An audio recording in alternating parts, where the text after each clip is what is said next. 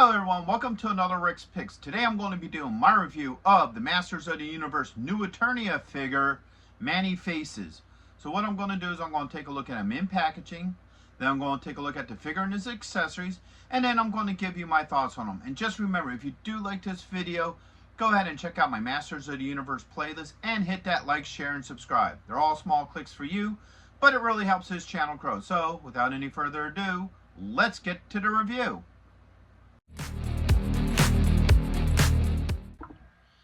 So here he is in packaging.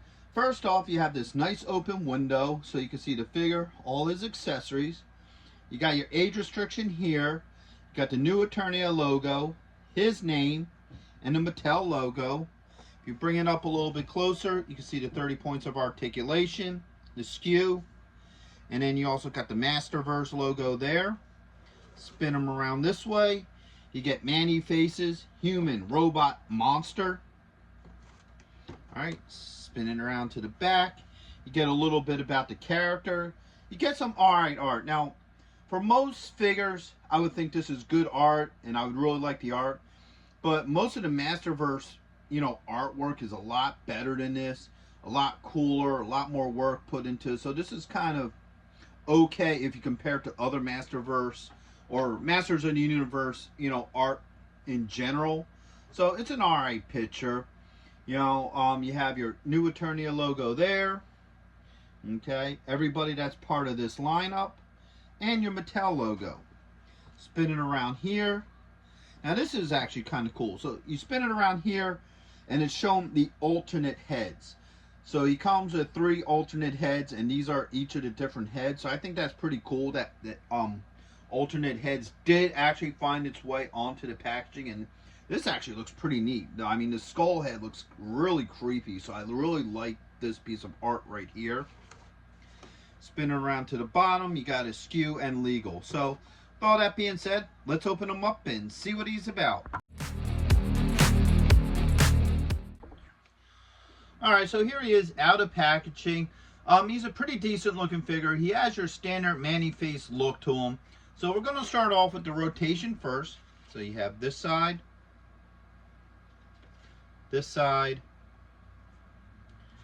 and then we're back around here.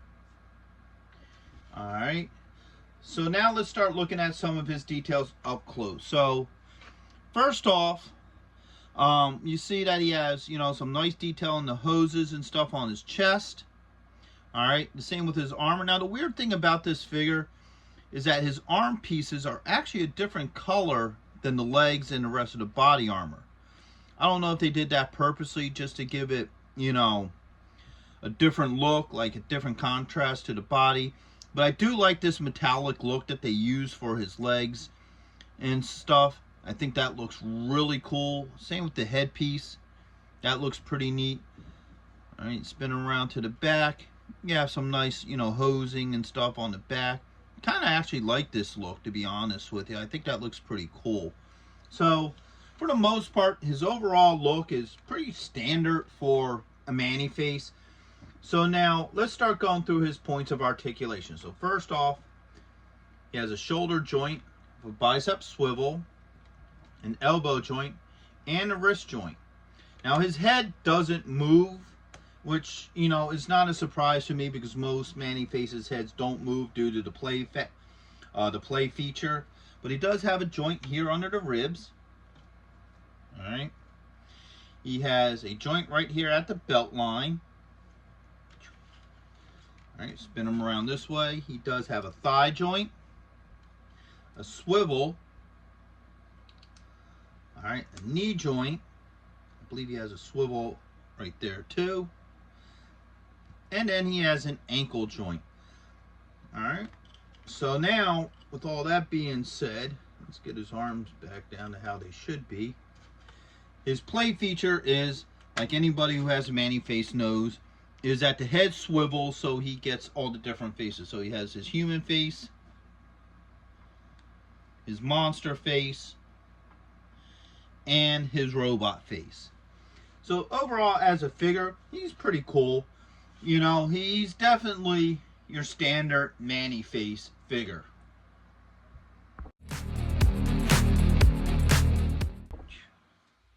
So now let's take a good look at his accessories. So first off, he comes with 2 fists.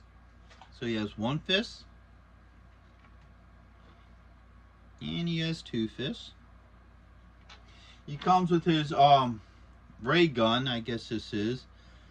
You know, this is pretty much standard for him. This is, you know, what the gun that he usually comes with.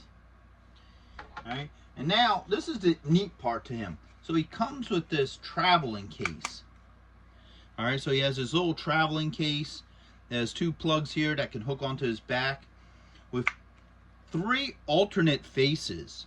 So that's pretty interesting. I do like that. That's a kind of a, you know, neat addition to this figure. Okay, so first off, let's see how well his gun works in his hand.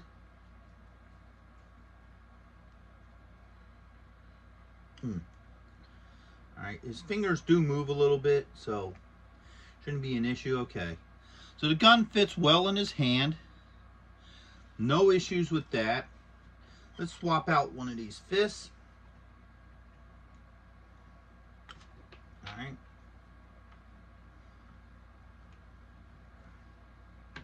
Alright, so the fists swap out really well. No issues with any of that.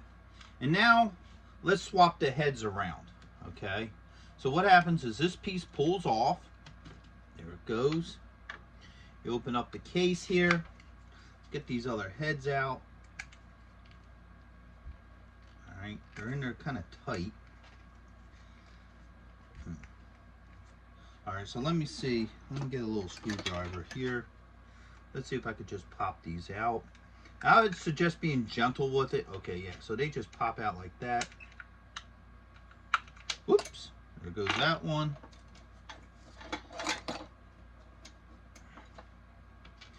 Alright, so now what I'm doing is I'm just using the screwdriver just to wiggle a little bit. Because what happens is, if you look in the case, you got 3 skulls here.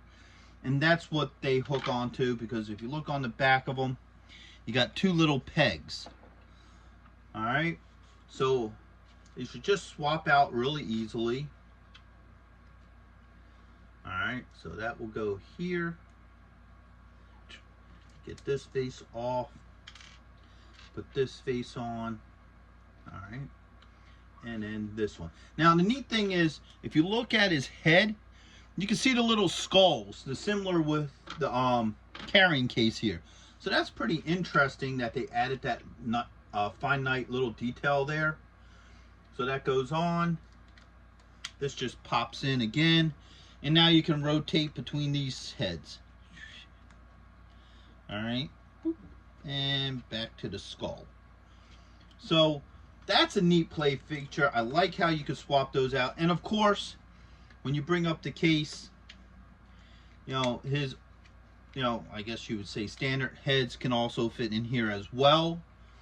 So that's pretty cool. So switch them around to the back here. This can hook onto his back just like that with no issues. All right, take that off. Remove his gun. Now his gun can sit back here too. So if you'd rather have his gun back there, that works just as well. And open up this hand a little bit. The carrying case fits well in his hand. Now, there is an issue I do have with this case. Alright, so let me pull this out of here. If you look here, you see this white. And that white usually indicates that the plastic isn't bending very well. It isn't like in bending like that. So the whole thing is dark plastic, and then when plastic usually gets light like this, it's because it's bending in a way that you don't want it to. So I would not suggest opening and shutting this door too many times, because I'd be afraid that eventually this will crack and rip right down the middle. That's what this white is. I think it would have been a lot better if they might have used like some sort of hinge in there instead of the plastic.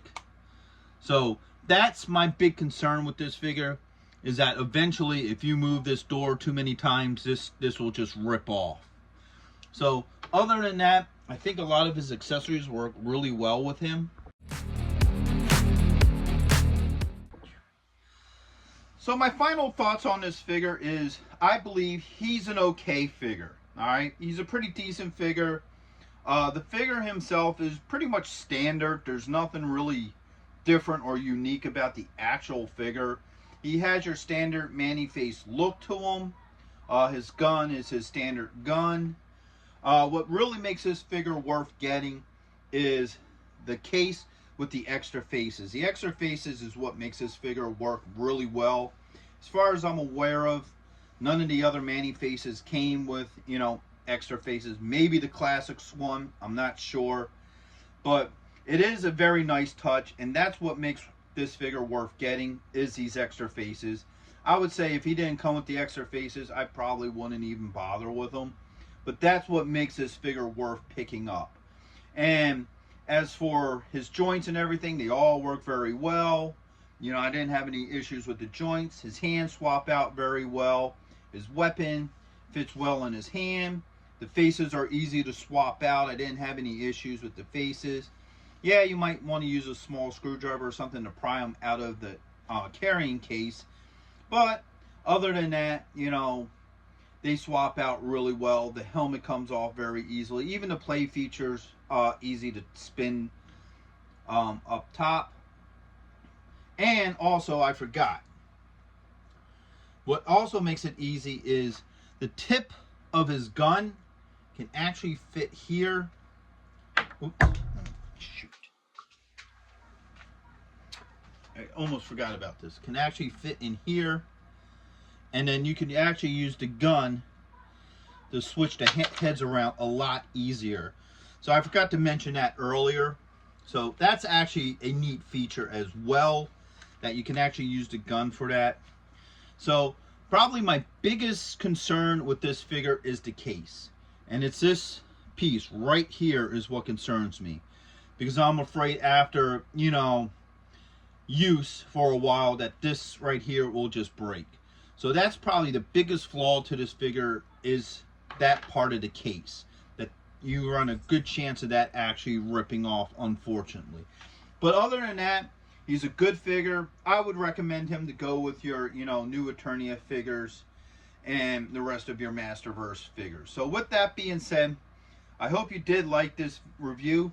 If you did, go ahead and check out my Masters of the Universe playlist and hit that like, share, and subscribe. They're all small clicks for you, but it really helps this channel grow. So, into the next one. Late.